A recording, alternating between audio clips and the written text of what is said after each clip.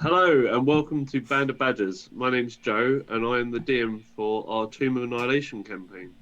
You can catch us both on Twitch and on YouTube and drop us a like and a subscribe in both of those. That'd be amazing.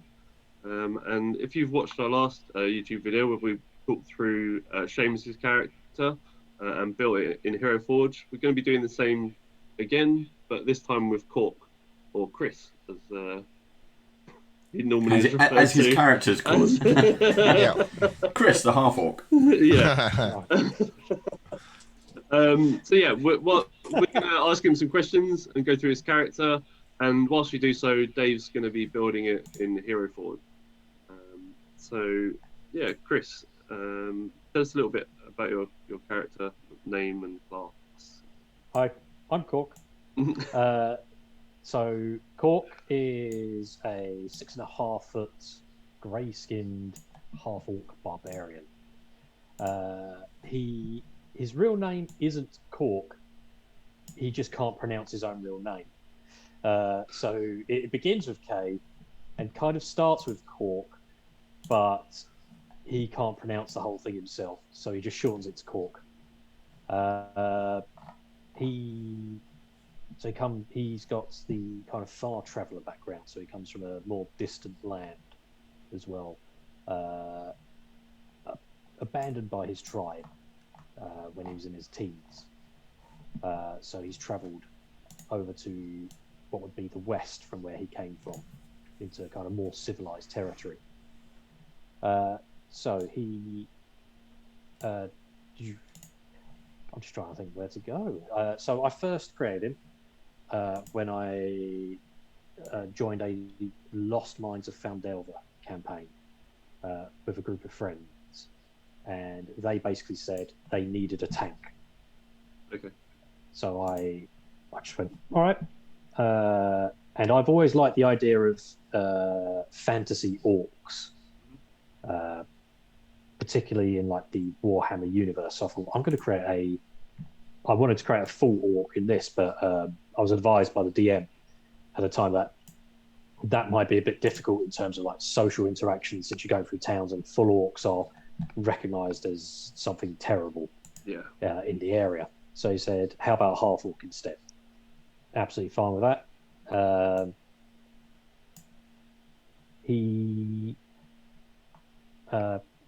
The barbarian aspect, I like the idea of the more kind of feral side of it. Mm-hmm. So I went with barbarian over anything else, which the DM then points out was very kind of traditional for the character.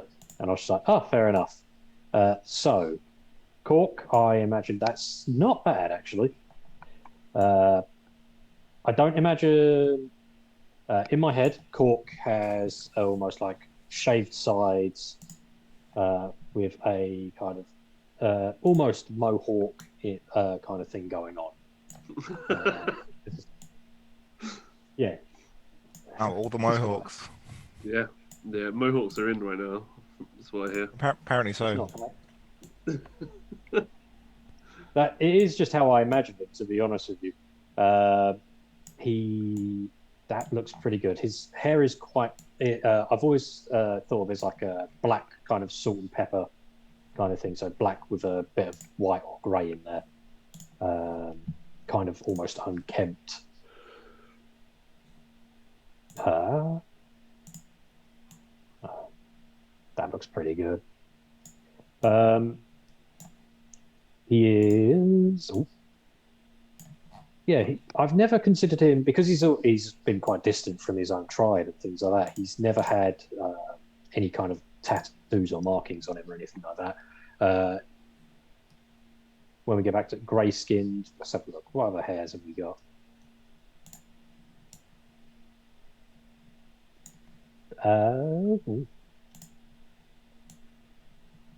What's the one bottom and to the right?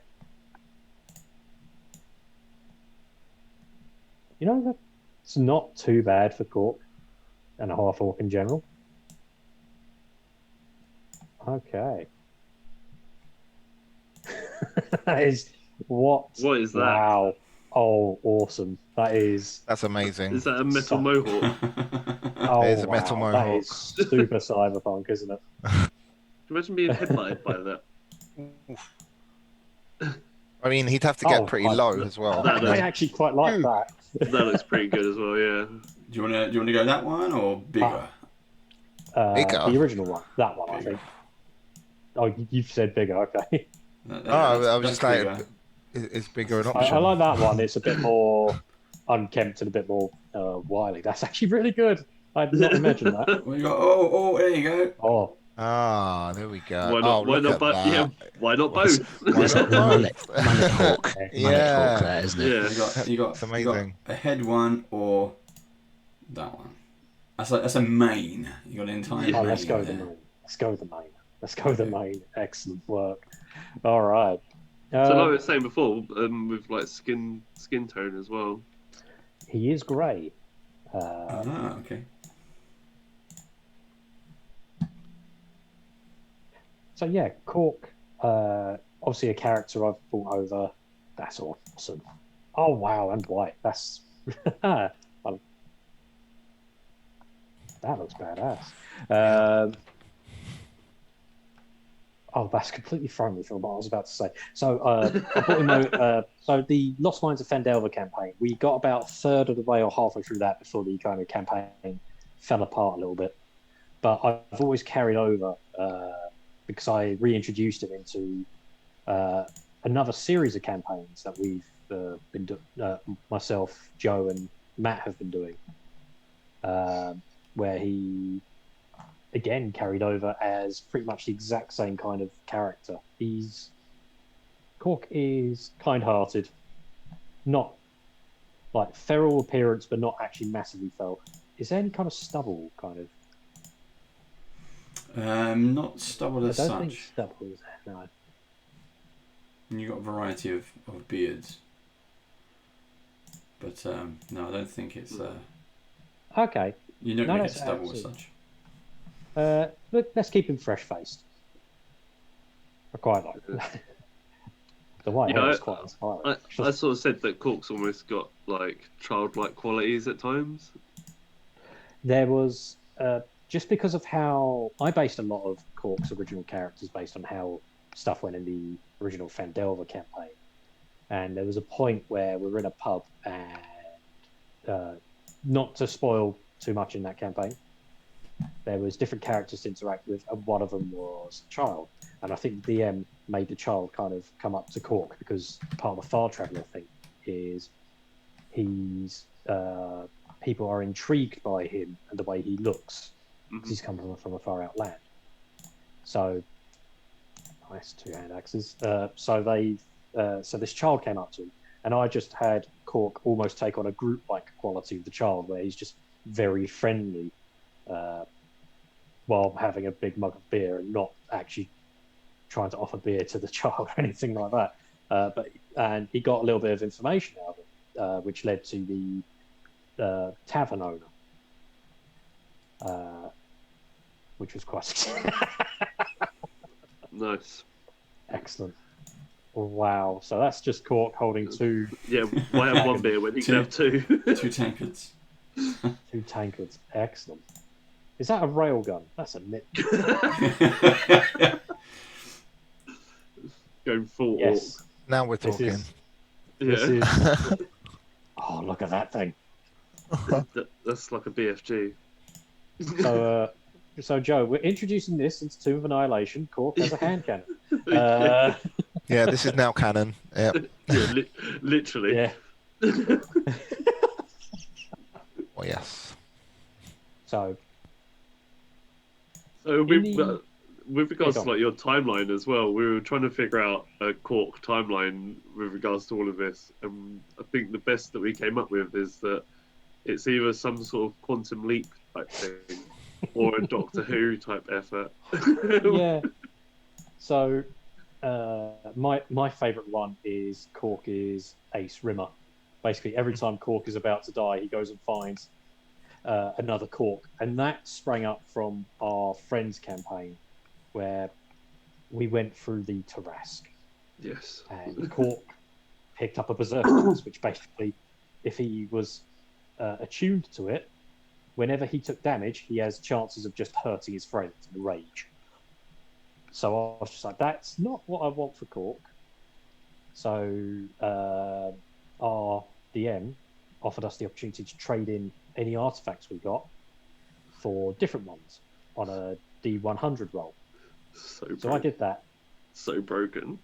Yeah. And he forever ruined Kork in most campaigns because Kork got the Amulet of the Plains, which basically means Kork, while wielding it, if he knows of another plane of existence and a location on that plane of existence, can try and teleport there at any given time. The problem is, you need to do a intelligence roll, and Kork's intelligence is 8. And if you fail it, you warp to a random plane of existence in a random location. So our friend who shared DM duties with Joe basically gave Kork that and then said, by the way, I'm not DMing anymore. And handed this entirely broken mechanic. That's a flaming axe. That's awesome. An entire broken mechanic over to Joe. Yeah. So now we're in a race to see who can get Kork to a different plane of existence first, so that they break the other person's campaign in the next. So the reason the timeline is important is because our Tomb of Annihilation campaign happens before Kork ever met that group. So he doesn't break it. He doesn't break it in our heads. What colour's your loincloth? That's a personal question, isn't it? Oh, very personal. It's got to be either a tan or a brown, to be honest with you. He's not incredibly flamboyant. It's all to do with I think it's got to be a brown. And the reason behind that is he during the Fandelver campaign, you go into you raid a particular room, and I think there was an encounter in there, and that's when Kork turned into he leveled up and became level 3, which means he got a path. And the particular path I thought of was I quite like the idea of him having an animal spirit. And we happened to find 20 beaver pelts in this room, which matched up roughly with the totem of the bear. So Kork's attire is mostly made of beaver pelts, which I thought was very funny. And he views his god Timora, who's like Lady Luck, but always views her as like an avatar of a beaver or something like that. There he is. Finding. Yeah, talking to Timora. He's on tiptoes. I thought he was on tiptoes. Yeah. So that's just, it's loads of little characterful stuff I've kind of thought of Kork. Very, half of it is based in comedy kind of stuff and just like him worshipping a god in the guise of a beaver. He really likes soap, but doesn't understand what soap is used for. So he buys different soaps and tries to eat it, not understanding quite what it's there for. So he's actually got an inordinate amount of soap with him at any given point in time, but is never using it to wash. Nice. That's a pretty good stance. So obviously we're leveling up to 3. Did you want to go through a couple of bits and pieces that you get from the jump from 1st to 3rd level? Sure. So I've actually just made notes briefly on my phone, so very sorry if I put down on my phone. So first off, the feat that you gave us, the 3 feet, that's a great face. He is... Make it. I liked comical face. Just confused. Should I be attacking this? Hawkhammer bird? Yeah, Hawkhammer bird. Yep.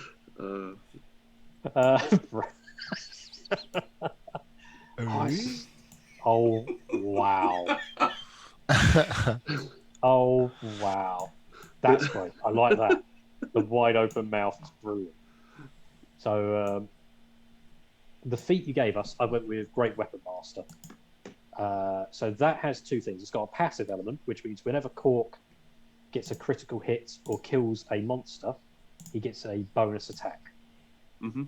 And it's got an active element, which is he does it's -5 to his hit, but for +10 damage. And he also, I combine that with a natural ability of his, which I think is Reckless Attack. Yep. At which he rolls advantage on his attack, but in turn the enemies get advantage on him, which I think is very appropriate for a tank, because the idea of a tank is no, hit me. So if I give the enemies advantage, Kork is open to being hit. Sure.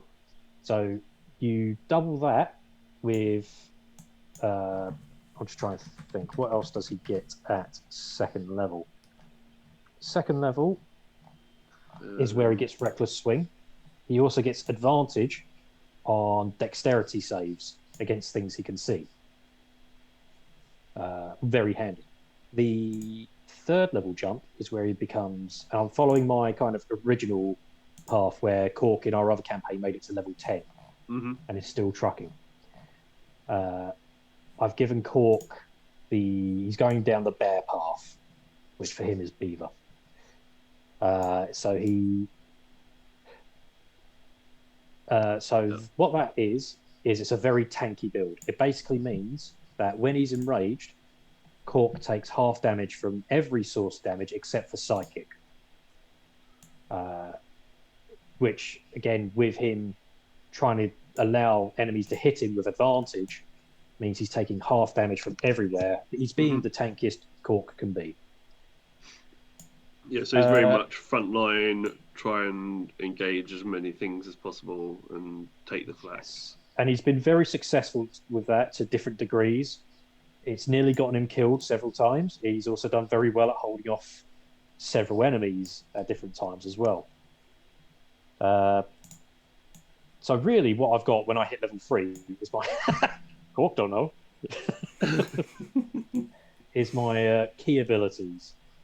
So, Kork's favourite weapon at lower levels is a maul, which is a double-handed hammer type. So okay, let's change that, yeah. Let's try there we go. Double-handed. So you're going to lose the shield, yeah? Yes.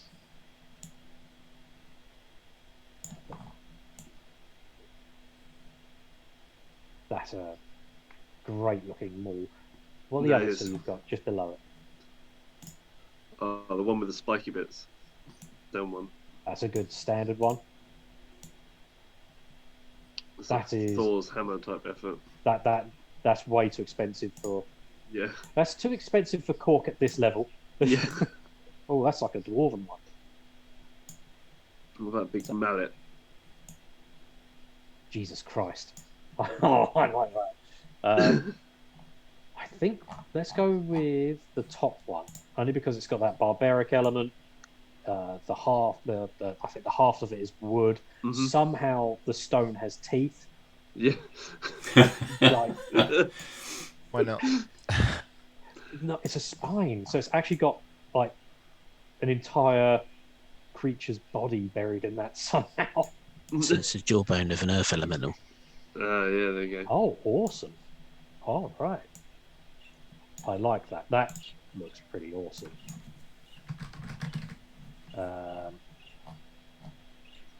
He does have a secondary pair of weapons He does now have a buckler, yes. We picked that up on the last thing. And he's got the hand axe there as well, which is perfect for him. Hand axe on this one. And then you've got a drinking or signaling horn. Depends what you need it to do. There you go. Yeah. That's wonderful, isn't it? And a well-used shield. Yes. Oh, his hair's glitching from the shield. That sucks. Yeah. I'll tell you what. Let's go with the mohawk without the ponytail. Yeah. It might be okay if you change the pose, maybe. That's it's true. different. Although the buckler is attached to his back. There you go. That's better. Can we change the hair like greyish black? Yeah.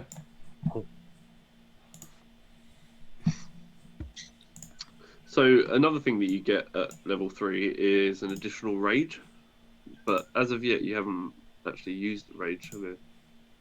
So I'm a bit. Oh, that's good. There's your salt There and you go. pepper. A little bit of colour in there. That's actually perfect. So yeah, I've not used the rages yet. The rage is what turns Kork into a pretty unstoppable machine, really. mhm. He's eventually he starts becoming just a deep pool of hit points. He takes half damage from all sources. He encourages enemies to hit him. So I'm not trying to make him invincible. I'm trying to make what his original intent was when I built him is they needed a tanky character. I've just stuck with that throughout everything he kind of does. Is he hugging his He's hugging. hammer then? He's hugging it. Yeah. Very knightly.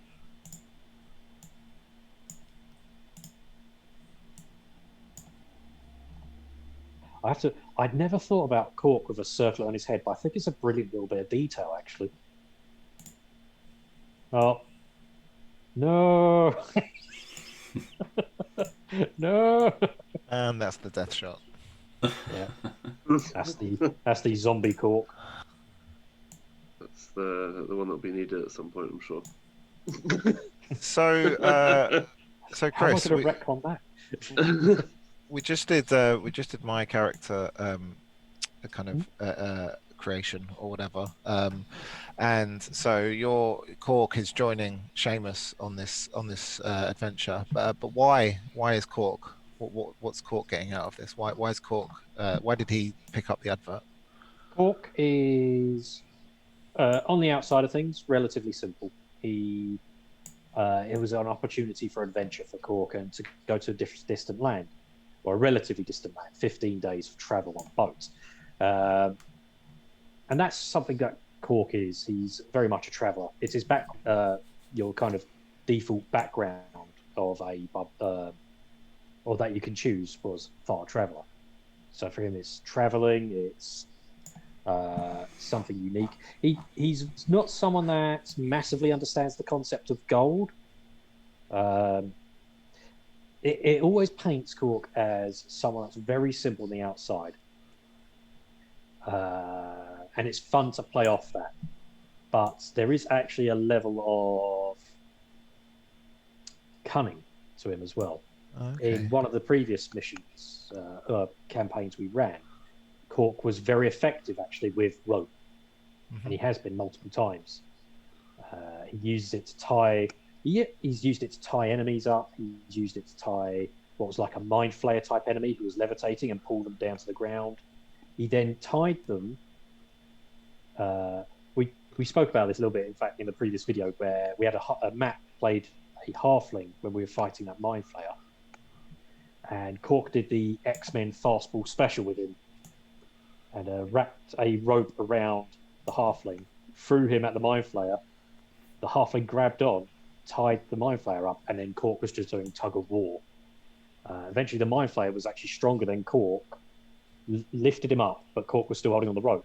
So Kork swung, grabbed a stalactite in this cave we were in, tied the rope to stalactite, and then knocked the stalactite down. So yeah, he's pretty good in a fight. He's very creative. Yeah, he Yeah. knows where he's going to be, and he's also just like in a bad situation, Kork knows what he wants. Mm-hmm. Can we go back to the kind of two-handed pose with Kork? Yep. 1 second.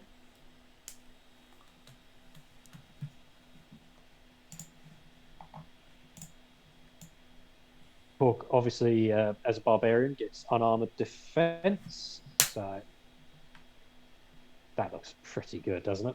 Mm-hmm. Yeah. So he gets unarmored defense, which means as long as he's not wearing light, medium, or heavy armor, he adds both his constitution and his dexterity to his armor. Mm-hmm. So he is a little bit tanky. Like lighter hits won't get through him. But when they do, he has his pool of hit points, and hopefully I've remembered to rage at that point. As a character kind of thing, I'm well aware that Kork does a lot of stuff with critical damage, and in fact, if I give him a great axe, he actually does. He's got a much greater chance of a damage output. But I liked the idea. Natural 10, 20. I liked the idea of him having a maul. And then later on, when he's leveled up, when he's had a bit more experience, he will then go, actually, I quite like great axes, and we'll have both.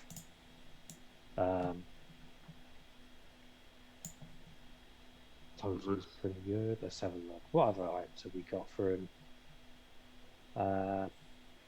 There's a rope there. Kork like rope. Kork does well with rope. Soap on a rope. There has been that joke as well. Yes. Cupcake. That's my cupcake.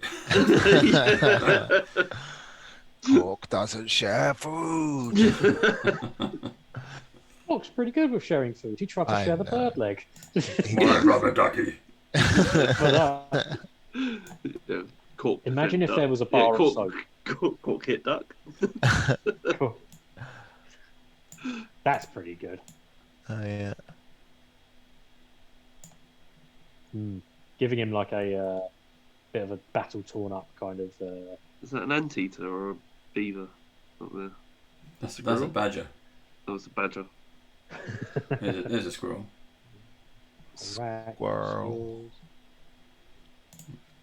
You got a mimic. You got tentacles. Jesus Christ. Yeah. Kork's fought some form of tentacly thing, I think. Yes. A couple of times.